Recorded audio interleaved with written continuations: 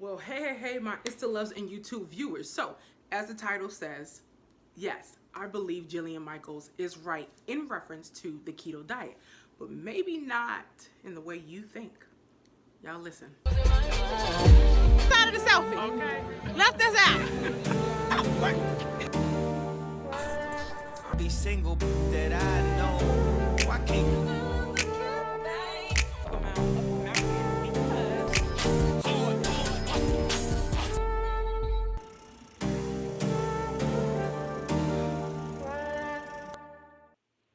So hey, it's Kimberly Lipstick and Fit, and I wanted. There's been a lot of clamor with, which I think is a great thing. It's a phenomenal thing. Everyone is attacking Jillian Michaels, and here's why. It's opening up the discussion for all these fad diets or what nutritional plans that, let's just be honest, me as a fat girl who's battled obesity for since my childhood, okay? I have PCOS, polycystic ovarian syndrome. I was able to reverse my diabetes. Wasn't insulin dependent, but I was on metformin and a number of birth controls, particularly to regulate my my blood sugar levels, things of that sort. So if you have PCOS, you're familiar with it. And if any of you all have followed me over the course of the years, you know I stand at what, 5'3"? I'm 5'3", and I was almost 400 pounds. We do believe, because one time we couldn't even use the scale in the doctor's office because I was so morbidly obese, okay? I had a lot of issues. I had a lot of edemic issues. I had a lot of problems, wellness problems. And fast forward, when I finally found a plan that actually worked for me, the plan that worked for me was basically a low-carb diet. Okay, did a low carb diet. I did it through a church here in Atlanta. It was called The Journey. It was a 40-day process, and it revolutionized my life. One of the things about the process, it was a holistic approach. It was mind, body, and soul. You all know I have a company, Lipstick and Fit, and that's what I do as a plus size trainer, plus size wellness coach, is I help my plus size sisters who have these complexities within their obesity that it's just not normal. It's not calories in versus calories out. I don't subscribe to that anymore, right? And so, hold on, someone is leaving me a message. I hope it disappears, but anyway. So, with that being said, I want you all to know, because I want to be as open and honest as possible, and I think that is the thing that is missing in this dialogue, all right? You have to understand this on a multi-dimensional level. You have parties that are trying to protect their own self-interest. You have people who have built their businesses, their companies are in this, $80 billion industry, which is weight loss, all right? You have big pharmaceutical companies that have an interest in this. You have farmers, you have the government, you have medical professionals. It goes on and on and on and on, all right? From Jenny Craig to Weight Watchers to whatever. Let's just be honest. And if you're a fat girl like me and have been fat up and down, things of that sort, we know the gimmick. And this is why I stopped with all these gimmicks, because I understand and I know the game, okay? I get you to get some results good enough that keep you coming back, okay? That's called addiction. And a lot of us within this community, and one of the things I advocate against is understanding how to get this mind power, this willpower to get this right. You first get mentally and spiritually healthy, then you can get your body healthy. Because until then, we're going to continue to fail. So, going forward. So for the longest time, and I have to pull the rug up underneath my feet and call myself out. I was a keto hypocrite. I was a keto basher. I was very condescending and spoke out of my own ignorance in reference to keto. Now, mind you, I still don't subscribe to keto. I don't. But I do know it works, for one. I do know there is a right way and a wrong way to doing it. And I really do believe one of the things that disappointed me with Jillian Michaels, but I'm still going to give her credit. One of the things that disappointed me is, I think, like me and so many others who, I used to be vegan. I was vegan for like 2 years. So you have to understand how this keto thing effed with my psyche. Okay, I'm just like, no. But I have to admit, I secretly have been doing studies because I've seen people get results. I'm not so much of a fan of the results, and I'm not so much of a fan of the foods because I'm not a meat eater. But then I understand the mechanics of it, and it's a high fat as opposed to a high protein diet. That's number one. Number two, with our ignorance, I always believe that we have to be able, because I'm a learner, and you have to be able to be open to new data, new science, new truths. One of the reasons why I started considering when I stopped being vegan, because I did, the vegan community went too crazy, and I was just like, well, if we're supposed to be eating all these grains and all these fruits, what about nomadic, people, these people like in the Netherlands and in Alaska and these northern hemispheres? They don't have access to that. So is everyone supposed to just move to the tropics and eat papaya? No. So I take nutrition from a biblical base as well as science base, and I call myself an intuitive eater, and I believe we need to eat according to the seasons. We need to eat according to our blood type, and we need to eat according to even our age. Things change. I'm almost 40, I'm 37, and going into my 40s, I understand clearly I've tried to do some of my old stuff. It doesn't work. So Jillian Michaels, why is she right? She's right because she, for one, has to protect her own self-interest. All right. Jillian Michaels has numerous DVDs. She has numerous diet pills and supplements, fat burners. She has a lot of interests. And so with her interests, you have to understand something as big as this, which has exploded. Which is something, and I think why there's a lot of kickback against keto is because anyone can do it and it's cheap. Just like natural foods, why they keep trying to put all these toxins in the soil is because when you get natural things, when you get things that are not synthetic, right, they can't make no money off of it because you can't patent it.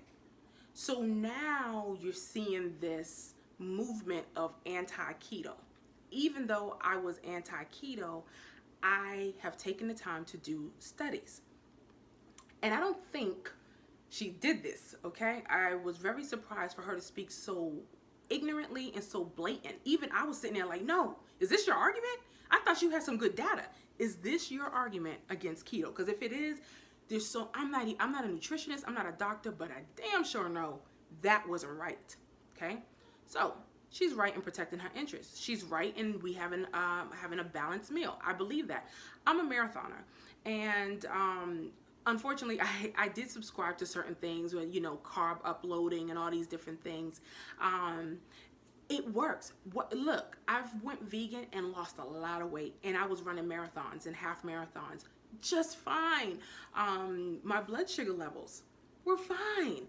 It worked for me, and I do attribute that to my blood type. All right, my blood type as well as how active I was. But I started aging and things started changing with my body. Another reason why she's right is you have to, okay, before I want to do it back, let me go to keto.